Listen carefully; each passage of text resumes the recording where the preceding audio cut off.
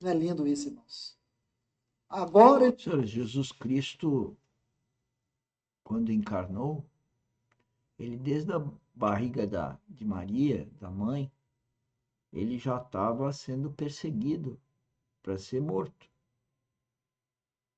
Desde o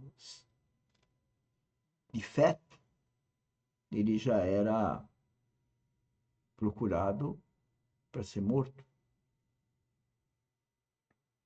E por que vocês acham que não mataram? Por causa do Espírito Santo. E a vida toda de Cristo foi guiada pelo Espírito Santo do Pai. Então, Jesus Cristo como homem, se não fosse Espírito Santo, por que isso é importante a gente analisar? Porque esse mesmo Espírito Santo que guiou o próprio Jesus Cristo durante a vida carnal dele, e portanto, lembrando que Jesus Cristo nasceu do próprio Espírito Santo, se a gente começar a pensar adequadamente sobre esses acontecimentos, você crê numa vida espiritual, que já tinha, Jesus Cristo tinha uma vida espiritual. Quando ele encarnou, ele era homem como nós, era da raça humana, só que originado do Espírito Santo. Então, como que uma mulher engravida do Espírito Santo? É uma questão espiritual. Nós não vamos entender. Nós temos que crer. Crer no nascimento dele, crer que ele foi procurado para ser morto, crer que desde o desvio ou da fuga dos pais, protegendo-o a vida toda dele. Mas ele vivia em trevas, porque ele tinha Espírito Santo, ele tinha vida espiritual. Mas todos os seus discípulos e todos que ele encontrava não tinham. Por isso que fala que ele viveu em trevas. Mas ele tinha a luz do Espírito Santo. Quem está no mundo, como estavam os outros, estava em trevas. Por que eu estou falando isso? Para cada um refletir. Se não anda em trevas espirituais. E só com o Espírito Santo que nós podemos ter a luz de Cristo em nós. Agora que ele está com o corpo vivificado, já há mais de 2000 anos, e está à destra, está no trono de Deus. Bom, senhores, esse é o meu comentário. Vamos seguir com o preletor Luiz Fontes. Veja que esse vídeo é bastante antigo, 2012. Às vezes eu coloco uma coisa bem antiga. Tá para vocês entenderem que as coisas de Deus são atemporais e uma coisa antiga é tão nova como qualquer coisa de hoje, porque é atemporal, porque é espiritual. ele encontrou um lugar aonde ele podia reclinar a sua cabeça sobre a cruz.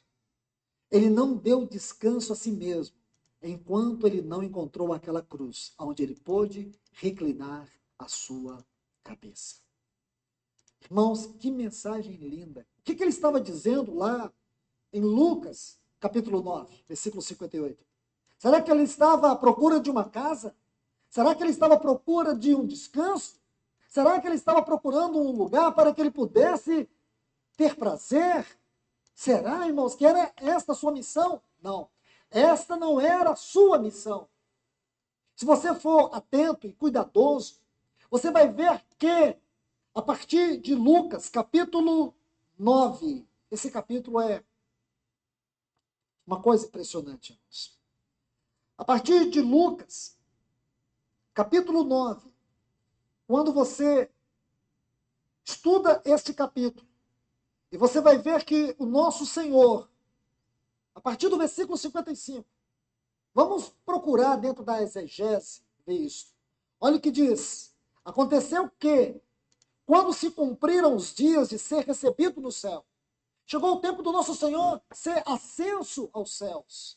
Isso é o que está escrito em Mateus capítulo 17. É o chamado Monte da Transfiguração.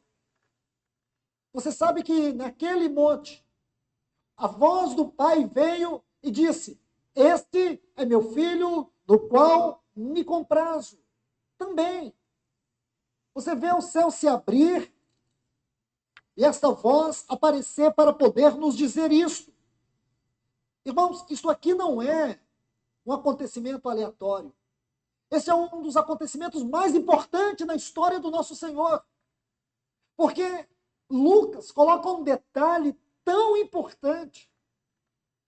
O que Lucas está nos dizendo era que, do ponto de vista da humanidade do Senhor, ele alcançou tal aprovação diante do Pai, que ele poderia ali, do Monte da Transfiguração, ele podia entrar nos céus. Ali do Monte da Transfiguração, ele não tinha nenhuma necessidade de descer e ir para a cruz. Mas se ele fizesse isso, irmãos, ele continuaria sendo um homem que não encontrou lugar aonde reclinar a sua cabeça. Ele continuaria com um vazio tão grande dentro de si. Irmãos, olha o que Lucas diz. Não sei se você pôde perceber esse texto. Aconteceu que quando se cumpriam os dias de ser recebido no céu. Como recebido nos céus? Chegou o momento da ascensão dele? É isso mesmo. Quer dizer que daqui ele podia ir para o céu? Sim. Lá em Mateus 17 você vai ver que a glória interior do seu ser transfundiu para todo o lado externo do seu ser. Do seu interior veio para o seu exterior. Seu rosto brilhava como o sol. Era a aprovação do Pai. O que era esta glória? Essa não era a glória inerente do seu ser. Porque a glória inerente do seu ser, da sua pessoa divina, essa glória eterna. Paulo diz assim, em Filipenses capítulo 2, que ele sendo Deus, ele não usurpou o fato de ser Deus. O que ele fez? Ele se esvaziou. Ele se esvaziou daquela glória. Ele nunca deixou de ser divino, mas toda aquela glória eterna, ele se esvaziou dela.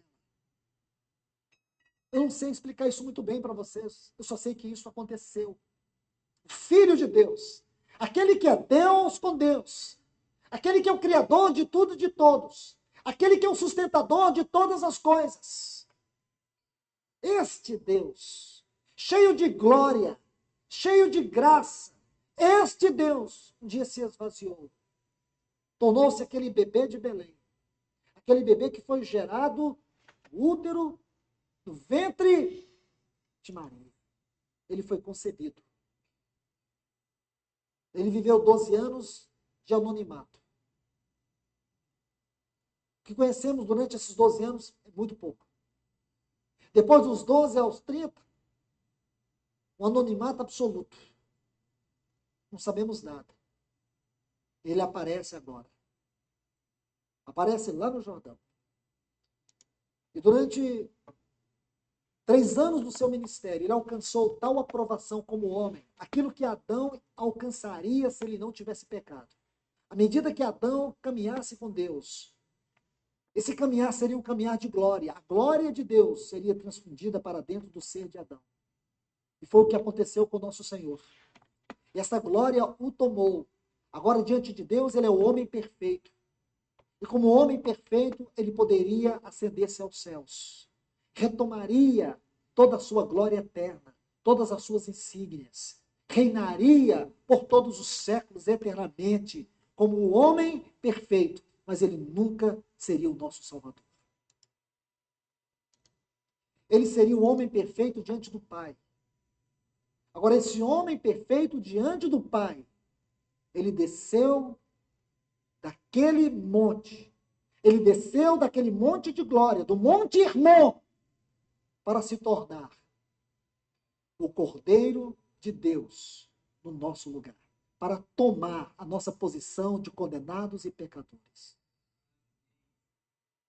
Olha isso, irmãos. Ele que não precisava disso mais. Olha, Lucas diz